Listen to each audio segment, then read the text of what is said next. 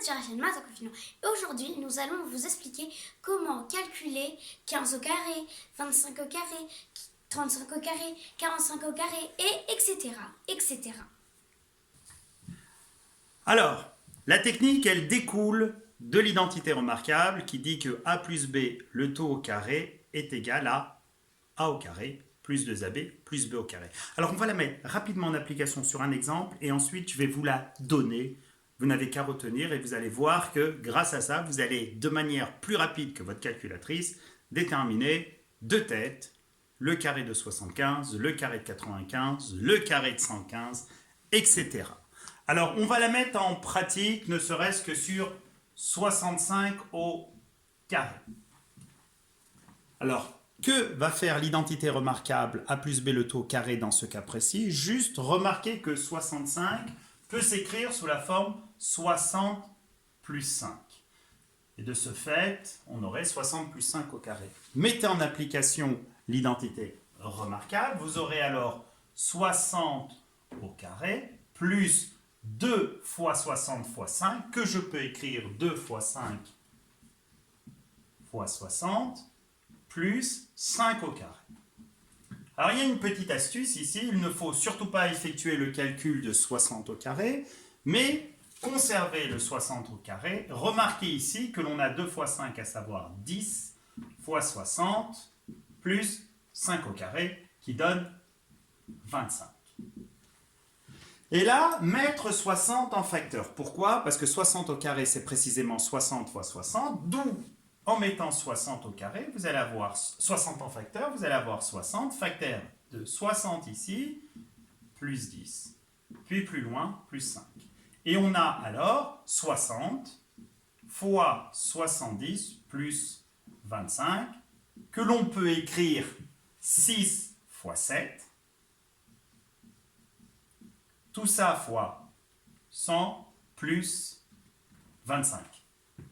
Et remarquez que 6 fois 7 donne 42, 42 fois 100 donne 4200, et vous aurez ici 4200 plus 25, ce qui donne précisément 4225. Alors, on va remarquer quelque chose, à partir de quoi je vais vous donner la technique pour déterminer de manière rapide le carré de tout nombre finissant par 5.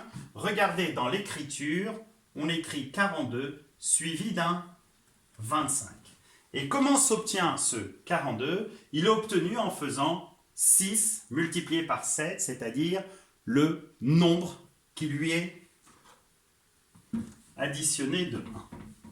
Alors maintenant, si on venait à mettre cette pratique, cette remarque, et après vous pouvez effectuer, si vous voulez, une démonstration générale.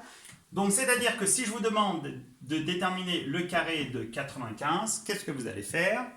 Plus aucun calcul, plus d'identité remarquable. Ce résultat, forcément, finira par 25. Et le nombre que vous allez écrire devant le 25 est obtenu en faisant 9 fois 10. Donc, 90, d'où le résultat 9025. Faites voir si vous avez compris. Si vous venez à faire 35 au carré, le résultat finira par 25 et le nombre qui va précéder le 25 est obtenu en faisant 3 fois 4, à savoir 12. Vérifiez si vous voulez à la calculatrice. Faites voir. 85 au carré, le résultat finira par 25 et le nombre qui va précéder le 25 est obtenu en faisant 8 fois 9, à savoir 72, d'où 7225, allons-y. 105 au carré, le résultat finira par 25 et le nombre précédent, le 25, est obtenu en faisant 10 fois 11, à savoir 110, d'où 105 au carré égale 11 025. De même pour 45 au carré, ça finit par 25 et le nombre qui va précéder est obtenu en faisant 4 fois 5, à savoir 20, d'où 2025, etc. Alors là, maintenant, vous allez me dire, d'accord, alors, faites voir, comment faites-vous pour calculer